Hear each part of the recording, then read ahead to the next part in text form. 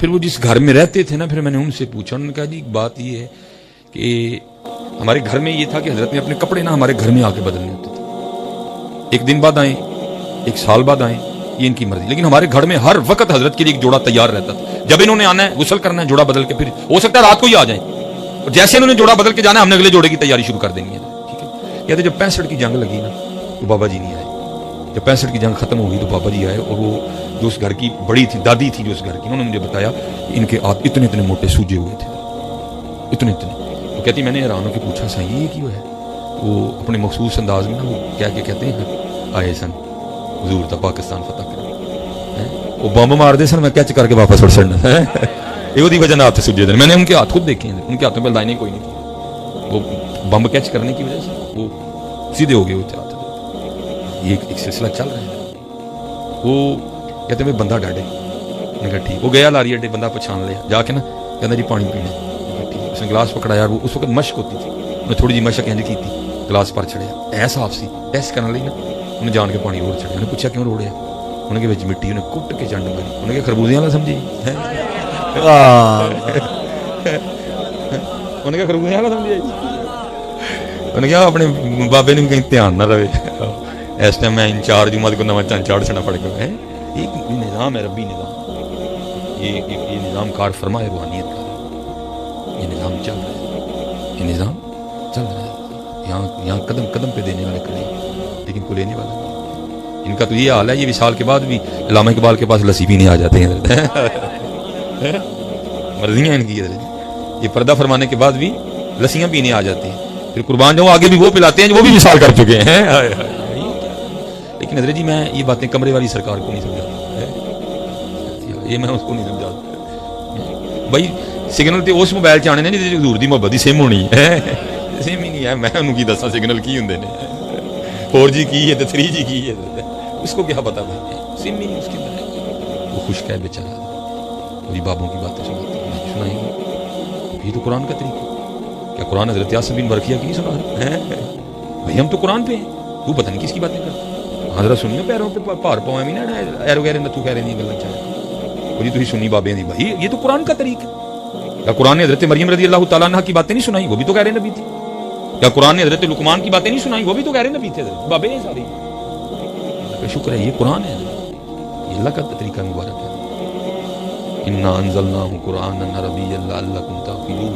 نحن نقص علیک احسن القصص، یہ اللہ کا طریقہ مبارک ہے، یہ ہمارے جو بزرگوں نے بزرگوں پہ اتنی بڑی کتابیں لکھی ہیں، رنگ انہوں نے ادھر سے لیا، وذکر فی الکتاب مریم وذکر فی الکتاب اسماعیل، یہ رنگ انہوں نے ادھر سے لیا، اس لیے یہ حجاب ہم خود دیا، ڈھونڈن والیاں پا لیا، ڈھونڈ جنا دی بندے نہیں لبدے، اتو کو جوڑ وچو کو جوڑ، لیکن حضرت جی اتو نہیں دیکھتے ہیں، اتنے وچو دیکھتے ہیں، یہ حضرت ذنون مصری رضی اللہ تعالیٰ عنہ کے لیے میں نے پڑھا کہ آپ کے پاس کوئی بندہ آ گیا اللہ کے راز جاننے کے لیے، آپ نے فرمایا ایک سال رہ ویکھ نہیں، میں نے جو گئے سال آپ نے ٹو کے ویکھ لیا، توڑنا بھی تو ہے نا، آپ نے فرمایا نہیں تو جا، انہیں کہ نہیں حضرت یہ ہے، آپ نے فرمایا اچھا پھر اینڈ کر، ٹفن ہے تے ایک ڈبا ہے، نہر دے اس پار ساڈے ایک دوست رہندے نے، انہوں نے دیا ہے جا، وہ ڈبا لے کے ٹورا، وہ ڈبے دا وزن کوئی نہیں سی، بار بار وسوسہ آیا حضرت نے کیتا کہ یہ ڈبے دا تے وزن ہی کوئی نہیں، پل تے کھلو کے انہوں نے ڈبے دا ٹکن کھولیا تے چوہا کھول کے نکل کے نس گیا وچ، سمجھ وہ بھی گیا، حضرت کول واپس آیا، آپ بڑے آپ نے فرمایا تو کہتا ہے مجھے خدا کے راز بتا، اور تجھ سے تو چوہا نہیں سنبھالا گیا تو خدا کے راز کیا سنبھالے گا، ہاں ایویں نہیں مقام ملتے، وہ فوائد الفواد حضرت خواجہ نظام الدین اولیاء رحمۃ اللہ تعالیٰ علیہ کے ملفوظات، حسن علی سنجری رحمۃ اللہ تعالیٰ علیہ نے اس کو تصنیف کیا ہے، اس میں لکھا ہے کہ حضور نبی علیہ الصلوۃ والسلام جب معراج سے تشریف لائے تو اگلے دن آپ نے اپنے چاروں یار بلائے، ابو بکر صدیق، عمر فاروق، عثمان غنی، علی المرتضیٰ رضوان اللہ تعالیٰ علیہ، لکھا ہے کہ حضور نبی علیہ السلام نے ایک جبہ دکھایا اپنے صحابہ، فرمایا میرے صحابہ یہ جبہ فقر ہے، یہ مجھے میرے اللہ نے دیے، اور فرمایا جس کو تو اس کا حل سمجھے دے دے، پوچھا ہے میرے یار غار اگر جبہ تجھے دوں تو حق کس طرح ادا کرے، عرض کی محبوب صدق اختیار کر، مقام نبوت کے بعد ہے مقام صدق، ٹھیک ہے، اے میرے عمر اگر جبہ تجھے دوں تو کس طرح حق ادا کرے، محبوب بدل اختیار کرے، اے میرے عثمان اگر تجھے دوں تو کیا، عرض کی محبوب حیا اور سخا اختیار کرے، فرمایا میرے علی اگر جبہ تجھے دوں تو کس طرح حق ادا کرے، عرض کی محبوب لوکاں دے عیباں تے پردے پاواں کرے، ہیں فرمایا تیرے لیے آیا ہے، خدا کے بندے تو ہیں ہزار، بنوں میں پھرتے ہیں مارے مارے، میں اس کا بندہ بنوں گا جس کو خدا کے بندوں سے پیار ہو. بہت کچھ نہیں ہے سارے کلم، بہت کچھ سارے کلم لے کے آؤ. اور اللہ اے سب تو وڈی ہے اللہ دی مخلوق نال محبت کرو. ساڈے کول محبت ہے، ساڈے کول محبت ہے، محبت دے. اب دیکھو جی ہیں وہ بچی آئی، حضور نبی علیہ السلام کا وصال مبارک ہو گیا. بچی آئی آ کے نا اس نے بارگاہ ابو بکر رضی اللہ تعالیٰ میں رونا شروع کر دیا. آپ نے پوچھا کیوں رو رہے ہیں؟ عرض کرتی ہے اے خلیفہ رسول اللہ علیہ السلام، حضور نبی علیہ السلام کا وصال ہو گیا، اس لیے. آپ نے فرمایا اگر تیرے رونے کی وجہ حضور نبی علیہ السلام کا وصال ہے تو تجھے کیا بتاؤں کہ اس وقت ابو بکر کے دل پہ کیا گزر رہی ہے. وہ کہتی نہیں کہ وجہ اور بھی ہے. آپ نے فرمایا انہوں دس. عرض کرتی ہے میں یتیم ہوں، میری ماں بھی نہیں، میری گھر میں ایک دادی ہے لیکن وہ آنکھوں سے نہ بھی نہ. ہمارے پاس کچھ بکریاں ہیں جن کا دودھ بیچ کے نام گزر بسر کرتی ہے. میری دادی اگر چاہے بھی تو ان بکریوں کا دودھ نہیں نکال سکتی، اندھی ہے. میرے ہاتھ چھوٹے چھوٹے ہیں، نکالنا چاہوں گی بھی تو نکلے گا کوئی. رو اس لیے رہی ہوں کہ جب تک حضور نبی علیہ السلام ہم میں موجود تھے اور روز ہمارے گھر تشریف لایا کرتے تھے، ہمیں بکریوں کا دودھ نکال کے دیا کرتے تھے. اور نبیوں میں رحمت لقب پانے، مرادیں غریبوں کی بھروانے، وہ اپنے پرائے کا غم کھانے والے. جی میں آپ کو حقیقت کہہ رہا ہوں، بڑا دکھ ہوتا ہے. میں اپنا بھی اپنے رویے دیکھ یار ہم کیا کر رہے ہیں. ظاہر سیالکوٹ لاہور کا مزاج تقریباً ایک ہی. چل پھر بھی میں آپ سے پوچھ لیتا ہوں، آپ نے بھی وہ اسمبلی میں پڑھی ہوئی ہے دعا لب پہ آتی ہے دعا بن کے، ٹھیک ہے. میں کہتا ہوں یار 10 سال ہم نے یہ دعا پڑھی، 10 سال بڑا عرصہ آتا ہے. ایک مہینے میں 26 بار ہم پڑھتے تھے اسمبلی میں. یار اتنی پڑھی لیکن عمل ہوئی کوئی نہیں. کیا او میرا کام غریبوں کی حمایت کرنا. میں جی 2 بار باہر گیا، 2 بار. تو ایک رنگ دیکھا، حالات خاص تھی کہ یہ رنگ میرے پاکستان میں بھی آئے نکلی. پھر دوسرا یہ بھی رنگ کہ یہ رنگ ان نے کیوں. رنگ کیا تھا؟ ظاہر ہے یہاں بھی کئی احباب بیٹھے ہوں گے جنہوں نے باہر ٹریول کیا ہوگا، باہر کا سفر کیا ہوگا. ہماری ادھری سڑکیں اتنی بڑی نہیں تھیں، ان کے فٹ پاتھ بڑے ہیں اور وہاں زیادہ پیدل چلنے کا رواج ہے. اور یہ نہیں ہو سکتا کہ اتنی تعداد میں جب لوگ پیدل چل رہے ہیں تو آپ کسی سے ٹکرائیں گے، آپ ٹکرا جائیں گے ضرور. میں نے 98% وہاں لوگوں میں دیکھا اگر آپ کسی سے ٹکرائیں ہیں نا وہ آپ سے معذرت ضرور کریں. معذرت میری اردو زبان کا لفظ ہے، وہ آپ سے بولنے کا سوری. میں اب میرے پاس مجھے وہ اس انداز سے انگلش بولنی بھی نہیں آئے گی جس طرح وہ سوری کرتے ہیں. تمہارے پاکستان میں اگر آپ راہ جاتے ہو کسی ٹکرا جائیں تو وہ لفظہ نہیں ورنہ ہے. مجھے بڑی حیرانگی ہوئی یار. قرآن ہمارے پاس ہے، بخاری ہمارے پاس ہے، مسلم ہمارے پاس ہے، موطا امام مالک ہمارے پاس ہے، لیکن ہمارے اندازوں کو کیا ہوگا؟ ان کے پاس تو کچھ بھی نہیں ہے. ادھر بھی یہ کیسے آ گئے، کیسے آ گئے پتہ نہیں کیا ہے.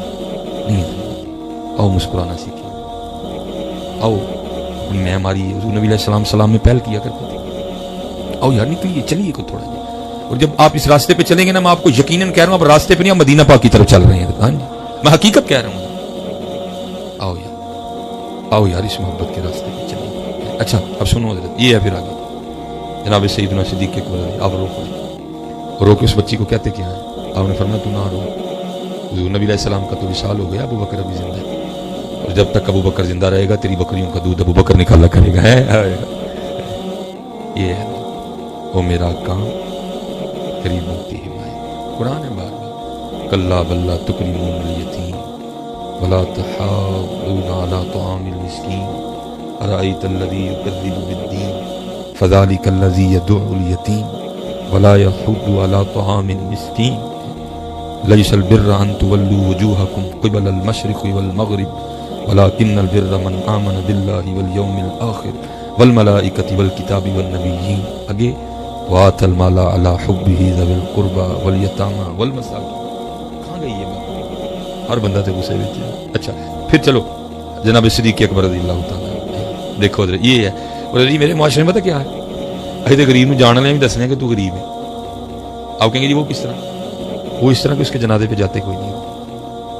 ہم جاتے ہوئے اس کو یہ جتلا کے بھیجتے ہیں کہ بابا تو غریب ہے.